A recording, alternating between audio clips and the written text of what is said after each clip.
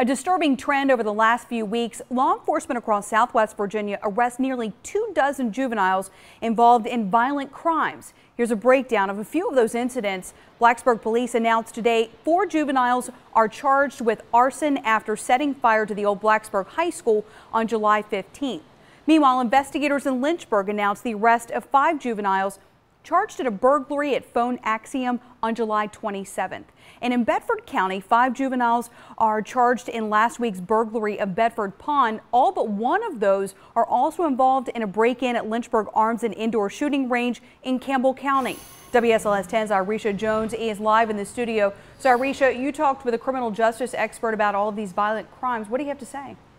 Well, Lindsay, teens committing these crimes is nothing new, especially for this time of year. The criminal justice expert I talked to today suggests we're hearing more about them because people are reporting the crimes to law enforcement. But it's also the motives behind the crimes we may not even know about, causing them to act in a sometimes violent way. These 25 blank silhouettes represent the number of teens arrested in various crimes since the beginning of summer. Some were arrested more than once for different offenses. Professor of criminal justice and former Maryland police officer Dr. Todd Burke says there are many theories why teens commit crimes.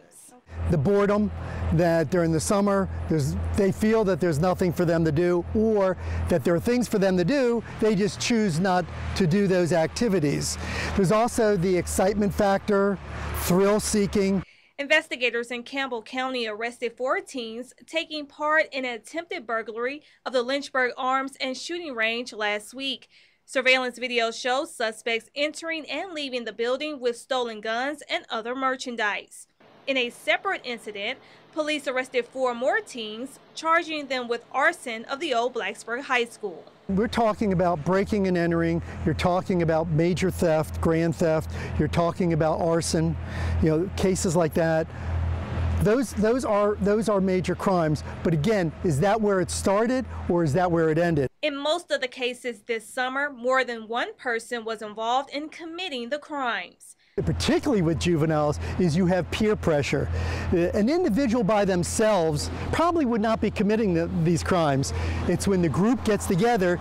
Dr. Burke says there's also the greed factor, where teens believe they won't get caught in a crime until they do. Teens being arrested for crimes, Burke says, is not just something police need to deal with, but it's also a community issue.